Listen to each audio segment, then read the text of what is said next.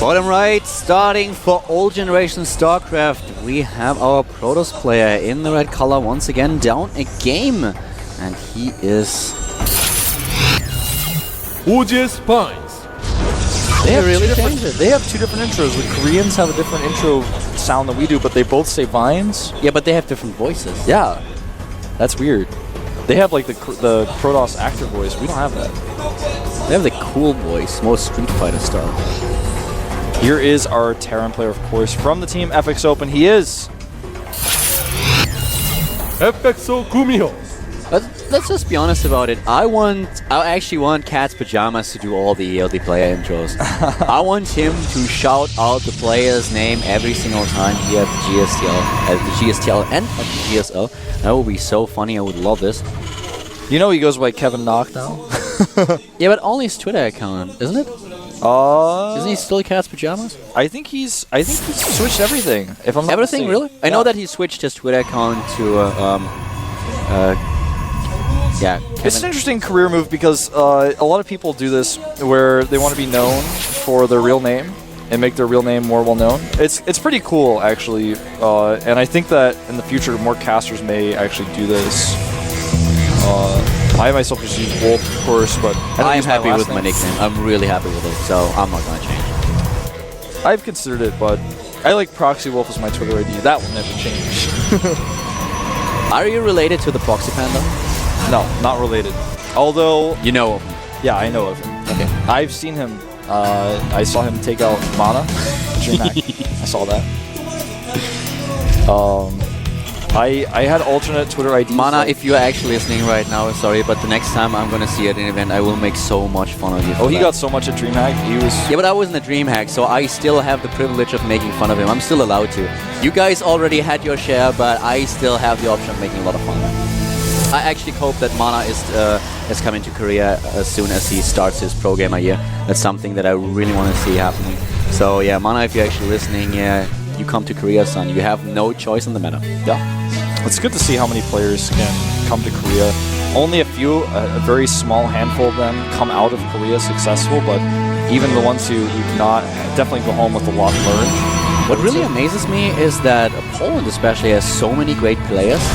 It is ridiculous, especially, well, you have so many top players, and in Europe they kind of dominate everything. Yeah. If there was some kind of a Nations Cup, I think they would be right up there with Sweden and Korea. They were really good in StarCraft I as well, and Poland and Russia both actually had some really strong players in StarCraft I. I think in StarCraft II, Russia just has a lot of good players, and Ukraine as well, but they don't have the depth that Poland, for example, has. Poland and Sweden, those in my opinion are the two big countries in Europe right now. He's trying to mineral walk through to get some scouting information here. But GuMiho actually doing a really nice job by target firing the probe. That was so smart. He didn't even see the command center, did he? Not. He's very much in the dark. This is the problem with not sending an early probe scout out, sending a later one. You get a little bit more money, but you're now in the dark. Robotics facility goes down. 4 Vines as a result. Has to get that up to scout, but very common as a follow-up anyways. SCV ready. And the SCV does come in here and see the Nexus. And will even come in and see the robotics as well. Yeah, perfect scout here. A bit lucky. This is exactly what you need. Terrans always seem to be able to get the SCV in at the right time. They just do. Yeah, it's kind of like they get special ninja training in the orbital command. I bet that SCV was actually controlled by remote control. No one would do it in this job. Like, who would be like, yeah, I guess I'll go in and check. I guess I'll go see what's up. All the SCVs are just joining stores, and he's like, ah, damn, I got the short one. Seems like with Terran technology, they would be able to remote control that.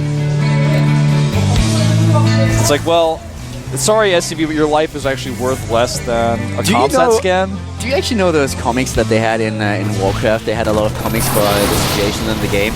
And if there's someone out there who can do comics, just please draw one with the SCVs, just drawing straws and one. Okay, I guess I'll go scouting. There's a comic. Maybe it was on Baneling Barbecue. I'm not sure about this. Oh, he's wait a second. He's trying to commit to this. Yeah. Look at these force fields. See, that was a bad choice by GuMiho. A very bad choice. Not the best micro here, though. He may lose a sentry. But he's saving all of them in the end, so he's able to save the sentries. He takes a little bit of damage here, but that was very well done. And I don't know why GuMiho actually decided to go up there. He must have known that there are a few sentries. He actually saw it. Yeah, that was really surprising. It's something that Vines would not normally expect. It's very rare to see players attack after doing a one-reactive spam like this.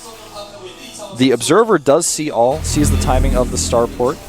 He has Blink very quickly here. Now that may allow him to, I mean, of course it does allow him to be aggressive, but he may not decide to do that. He may just decide to use it defensively.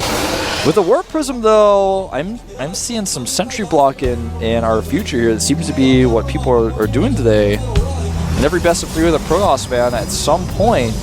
That worked very well earlier. Yeah, it did. But against Zerg, it's a lot stronger than against Terran. Absolutely. Drones can't fight like SCVs can. It's true. Yeah. There are 3-4 sentries in this mix, actually. It's very difficult to hit the force fields. You can't do it from the low ground. You have to actually get into the main first. And there's still this scouting factory. You might be able to spawn out. Actually, no. I don't think so. He's really committing to this. Yeah, he does, and that's a bit surprising. It's once again not the same strategy that he used on the last map, but it's pretty similar. It's kind of all-inish here. It's really tough to make this work when medevacs are out as well. So yeah, and he has his scout already in position, and there we go. Sentries in the Warp Prism, trying to get into position. He's blinking up. He's got the Observer to see that there's nothing to spot this. And yeah, there we go. And immediately GuMiho turns back, but it's too late. He decides to stim and run forward. He's going to go for a base trade. Yeah, he's going for a base trade here. Already warping in additional Stalkers, trying to take down the units on the low ground. And the base of Mines, is it actually going to die? We have a lot. Oh, the SCVs are being pulled, but they are blocked. They're actually blocked in the main base, but at the same time, we have Vanessa trying to take down every single probe before they can escape. 2 of them do, though. And he still has enough minerals for Nexus.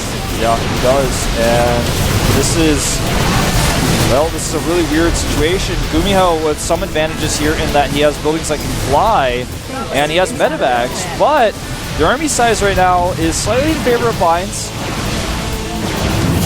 And this is really, really interesting. This is a very, very interesting base trade that we have now. He's not getting another Nexus though. Let's see, 14 harvests to 19. Probes are dying left and right as GuMiho is doing damage in the main base, unpowering buildings, and now the barracks try to escape here, but we have another orbital trying to get onto the low ground. The Stalkers are blinking and taking it down. So right now he doesn't have another main building, or does he? I don't think so, he no. does not. He's potentially going to try to catch these barracks so they can't escape, but the factory is still alive. The factory remains alive at the south, and there's a Marine that could potentially kill both of these probes, Calidor. Listen, he warped in additional units, and now he can't build a Nexus anymore. He's going to lose these probes! These probes are so important! I cannot believe it! We're not even watching it! Oh, he misses the probes! The probes are alive! That's the last 2 probes that he actually has. Army supply. Let's have a quick look at the army supply. We have 44 against 28. Oh my god, the factory as well! He rebuilds his base, though. He does have enough minerals to rebuild his command center, but he does lose the factory. And he does, however, have a new high ground position here. I don't think that Vines can win. I don't think he can win this game. What about the flying build? If he actually flies one of the buildings, he has still a starport to the right side of the map. If he flies the starport outside of the range of the Stalkers, then the game will definitely be, well, a draw. It will at the very least be a stalemate. Yeah, at very least be a draw. Hey, it's really surprised he's not doing that. The Observer will allow him to blink up onto the high ground, but will that actually be the best choice? No. By now, GuMiho has 3 bunkers. He kind of has 1. Yeah, he has medevacs as well. What can Vines really do here? Man the bunkers, try to take the base. I'm surprised he's not going up and targeting bunkers down 1 by 1 or something. He can't really engage into this. It's way too hard. He's going to bring the probes. Why isn't he putting any units into the 3rd bunker? I'm not sure. It's like he's afraid that there might be a drop back, but still with the Marauders, he can't do anything anyways. Yeah. Here comes the sentries. They put up Guardian Shield. He forces off the bunkers. He could potentially still do it. Is he able to break through? A lot of these... He's attacking his own bunker. He is attacking his own bunker, losing a lot of potential damage to the Stalkers here, but in the end, the Stalkers, they are not enough. They're not enough, man. No. No way. No way was that ever going to work in a million years. Sorry, Vines. 2 all-ins this best of 3, and 2 out of 2 not successful. Yeah, this is it. He's mining again. He is mining again. He still has production buildings in his base, and he has the supply. The last few Stalkers are GG. GuMiho takes it with 2-0. Yep. Holding off 2 all-ins. Well, I guess you could say not holding off the second one, but having a great decision to stim and go through. See you next season in Code A, Vines. You know, Vines has shown some of the best late game PvT that I've seen in a long time outside of Code S in the Team League. Very capable of playing long games against GuMiho, but didn't want to. And GuMiho didn't even really get to show his TVP. You know, we didn't really see that. We just saw him hold 2 all-ins and just win. Yeah. So the whole series was a little bit anticlimactic, and we have now Vines, who is apparently really disappointed. He was hoping that at least one of his all-ins would work. But the next match that we are about to cast is actually really great. yeah, it's going to be Bomber against Zenio, man. This is my favorite match of the day. I was really looking forward to Dongreku as well, but Bomber against Zenio, this is actually my favorite game of the day. It should be pretty sick. Zenio has definitely been around for longer than most of these players, in fact, in the GSL. He's really known for his backhand against the Kraken a long time ago. He's been here for forever, basically. Yep. And he's now on Team Liquid, a team that will be participating in the GSTL, by the way. Just remember, GSTL will feature Fnatic and Team Liquid added to the teams for a total of 12 teams, including Zenex, of course, Startail, NSHosa, etc., etc. I'm not going to list all the team names off. That would take forever. So just consider that. It's going to be starting up very soon as well. Cannot wait to see Fnatic and Team Liquid in the Team League. It's going to be awesome. It's really going to be really great. And guys, once again, before we head into the next game, which is going to be Bomber against Zenio, we are having another Zerg versus Terran. We'll have a 5-minute break. We will be back in a few. And yeah, last match should be amazing. Really looking forward to it. See you guys in a few.